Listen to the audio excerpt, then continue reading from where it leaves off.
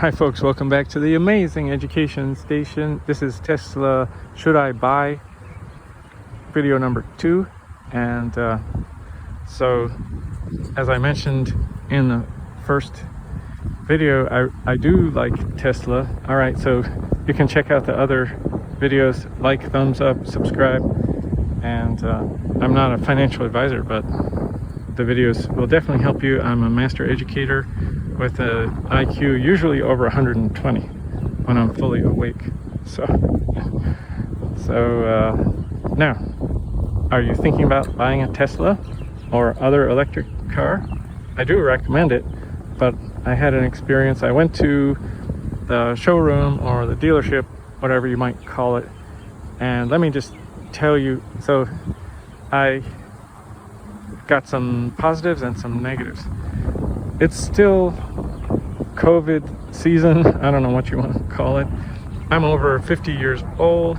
I don't want to be shaking hands and being around people without masks. But what do they want to do at the dealership? That's what I'll call it. It's a showroom, but whatever. It's a dealership. They sell cars. They take trade-ins. Okay, that was a positive thing. They say, you know, we'll figure out what your vehicle is worth using some service, and then I guess that money comes off how much you might owe for a car. So that was nice, and a chance to drive the car. So I'm not sure that I want to buy an electric car when we should be walking and getting exercise, or biking, or, you know, just not driving. It's just not healthy, okay? But if we have to drive some, you know, for certain reasons, maybe living far away, we should even move or take a Uber. If you drive less than 11,000 miles a year, if the average American person with a car would spend less taking an Uber for those 11,000 miles compared to their insurance and car payments and everything associated with the automobile. I'm not saying it's the same thing, and I'm not saying it's as comfortable, whatnot, but I'm just saying save money, okay? So I recommend that. I recommend moving closer to where you need to be during the day, grocery shopping or school or work or wherever it is. Move close enough that you can walk, or at the very most, ride your bike and get there within 15 minutes. So that would be the farthest that you should be. And we need to reorganize our cities to stop using so much energy and polluting the air so much, partly through electric vehicles, but partly through just not using transportation at all. And public transportation, that's some of the worst polluting in the past. Why should we expect it to be better? We hope it could be better, but financially it's a drain. It's, you know, it's a mistake usually, and yeah, it's a way to get sick. Push everybody together, cram them into public transportation, and I don't like that. Don't like it at all. Okay, so, well, now I'm saying really you shouldn't buy any vehicle whatsoever. You should, unless it's a bicycle, and you can get an electric bike that you can pedal when the batteries run out, or when you need exercise, which almost everybody in the United States needs more exercise anyway. So that's what you should really do. But I live up on a hill. I should move. The thing is, I'm thinking about saving money, but where I live is so cheap, partly because of its location. So, and then if I move down, I'm going to be spending more, and probably breathing more pollution, and so that's not good for my health. That would be also expensive, and then I would probably say, oh, too much pollution, I better be inside a car wherever I go. So anyway, I'm thinking about an electric vehicle. At least it would pollute less, because the possibility of the electricity generation being less polluting. which almost always is compared to the car with gasoline, and definitely with diesel. It's going to be cleaner, much cleaner, more efficient, usually cheaper. So anyway, I thought the most important thing is I rent, and even when I just got a new refrigerator the same size as my old refrigerator, my rent went up $50 within 3 days. And the story was, well, electricity costs more, water costs more, we're raising your rent. They didn't say it was because of the refrigerator, but it was just 3 days later. So, and same size refrigerator, but what can I do? So I'm not gonna even ask, can I plug in? And there's no parking, actually. So park on the grass, block the way into the house, and plug in my car. It's just never going to be done. And the dealership, I could call it a stealership for those of you that like that kind of funny talk. Okay. They said, oh, well, you can plug it in with a regular 110 volt outlet. And I said, well, it's never going to happen at home. I need to use public chargers. It's always going to be public chargers. And they wouldn't stop. They wouldn't shut up. Yeah, so listen, Tesla, if you're listening, anybody that works at Tesla, you might want to tell people when somebody says it's never going to happen, and then they repeat it, stop going back to that subject that, oh, you can charge it at home. No. You didn't hear me the first 2 times. Okay, so that was it. I wasn't going anywhere. When somebody doesn't listen to me the first time, I get slightly annoyed.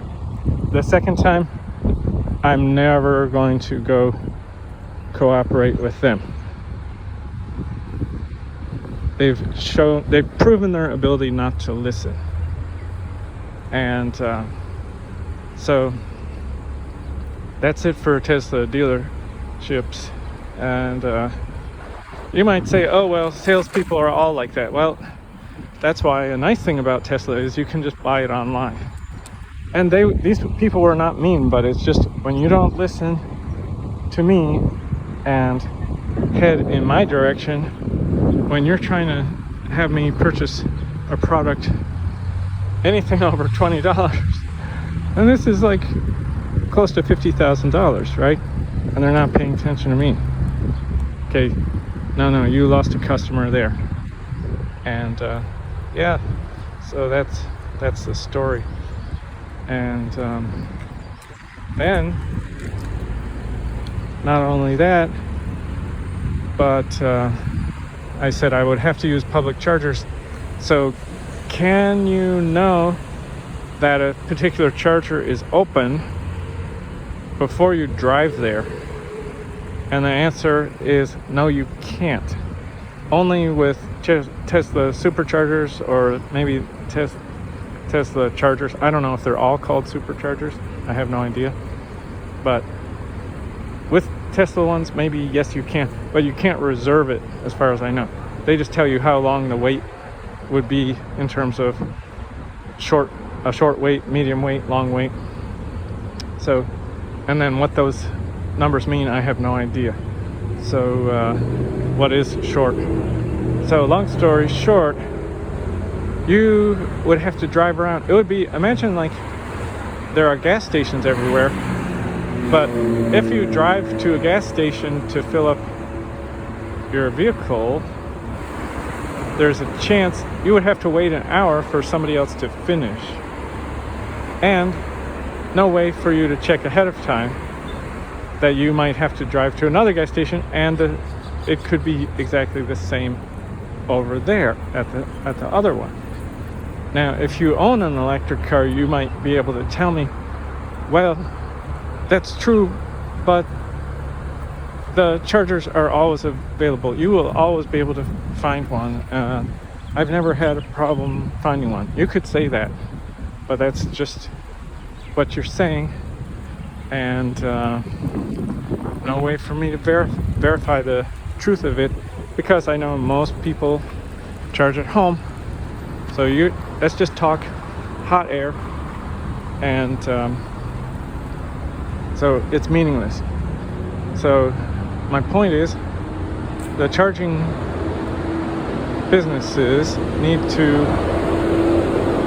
develop a way that we can excuse me, reserve charging and just pop in, and you'd say, oh well, what if they don't show up?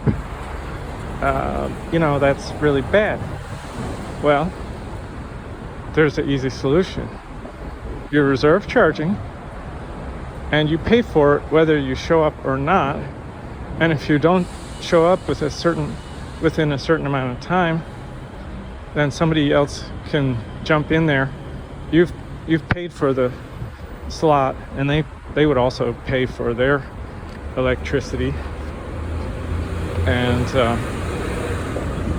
so you pay full price, but they get to jump in, and so therefore you get full utilization, and you can reserve and just be certain. We could also, like some terrible country that I don't like talking about, it's the most polluting country in the world. They have portable charging vans, they have battery swapping, and it's a good thing that they're moving toward electric, but they have terrible human rights. You can't even own property, real estate. Well, you can't own real estate property in this country. And they're supporting war crimes committed to an unending relationship with Russia. So, yeah, you can boycott China. Go ahead. Never buy any high-price item from China until they smarten up and change their ways. As I said, I'm glad they're moving toward electric, but they've got a lot of improving to do. Oh yeah, so anyway, so back to the question, should you buy a Tesla or not? So if you don't have home charging and you need to use public charging, as the company grows, they put in more chargers. There's no doubt about that. But where I am, apparently, I might have to drive 20 minutes down a highway to get to what they call their superchargers. And so therefore, that might be the only guaranteed way. So 20-minute drive, and then 20 minutes back. So 40 minutes out of my day when I'm a busy person to have guaranteed quick charging, which damages the battery. Hello? Okay, you're damaging your battery. Oh, look, hello. Can you see that? Hello, EV charging has arrived, and it could damage your battery. Hello, if it's fast charging, because of, well, batteries are not designed to be fast charged every time and have a long life. When you're wealthy and you don't care about that, okay, do what you like. Do it, go ahead. But I don't recommend it. I'm not going to do it. And yeah, so, oh look, here's the showroom dealership, which actually, I do really like the business and I like the vehicles, but we just have too much production overall, and we're not sustainable. Like, sustainable driving is like, well, they have organic pesticides. All right, so it's still using energy still heating up the planet with pollution until we get to the point where everything's recycled, everything's using renewable energy. People can argue it could be recharged with renewable energy and never use, fossil fuels, etc., etc. And the smart ones will say, well, what about all the materials and the building and the etc.? That's right. So we're still polluting, still overpopulating the planet, and it's just not sustainable. Our level of population just needs to come down with smaller family sizes gradually over time. Things will get cheaper, better, cleaner, healthier, more peaceful if we protect human rights and right-sized families and respect the rights of children to have two parents, loving parents, male, female, so that they grow up, as well-rounded, well-behaved, well-educated human beings. Don't be having children to drive around committing crimes because you're a single parent. And if you think I'm exaggerating, look at the level of crimes for single parents' children. It's quite way higher, along with incarceration and poor grades and suicide and mental health problems, and just goes on and on. Relationship troubles and on and on. Two parent families, mother, father, committed to each other, not running around, not cheating. That's the way to do it, and we will benefit. And frankly, we need to have voluntary parental licensing to clue people in, like, oh, you do XYZ, legally committed marriage, support, and maybe we could even go to more reasonable. You have the funds and the resources necessary to raise a child. Bing, you have your approval. You're a 5-star parent. We could have a star rating system, private website, just, nothing connected to government whatsoever, but just to clue people in. You are, you're a 5-star parental candidate. How about that? Oh, this person, they're a 4-star. Oh, that's not good enough. If you want to have healthy children, happy children, and a good society, you gotta be 5-star. That's what it is. Anything less, it's not good enough. Not married, not committed, don't have the money. It's not right. Just not right. And our society has gone crazy. We have more than half of the children with so-called single parents because the other true natural biological parent doesn't grow up and live with their children. That's right, more than half in this country. It's the United States, by the way. It's a true mess.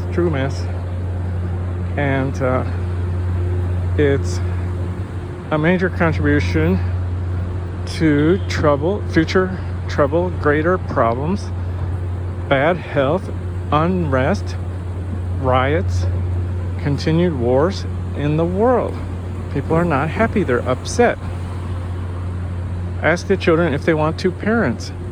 Maybe not their two parents, because the two parents they got, maybe they're not good people and shouldn't have had children. But yeah, just to ask the children of divorce and single parenthood, would they have been better off with two loving parents? Oh yes. Answer, yes. You single parents out there are doing nobody a favor. Do a favor to yourself and don't have children if you don't have the 5-star situation set up. And don't listen to people that encourage you and pay you off to have your children. You just want babies. I just like babies, and I don't need a man. I get the check from the government. Yeah, why do you think you get the check? So that those become like the new workers, the underlings, and the sort of, I don't know, it's the tool for the one percenters that run the businesses. They want the children to do the dangerous labor, and it's just not right. All right, so well, now, but back to vehicles and all that. So if you absolutely have to buy a vehicle, I would say Tesla. You can't get any better, really. Even after all I said, I don't like the dealership. It's very expensive. But then, so you can't get anything better. But what if you got something that wasn't as good, but actually saved you money, that was maybe more efficient? What could it be? An electric bicycle, folks.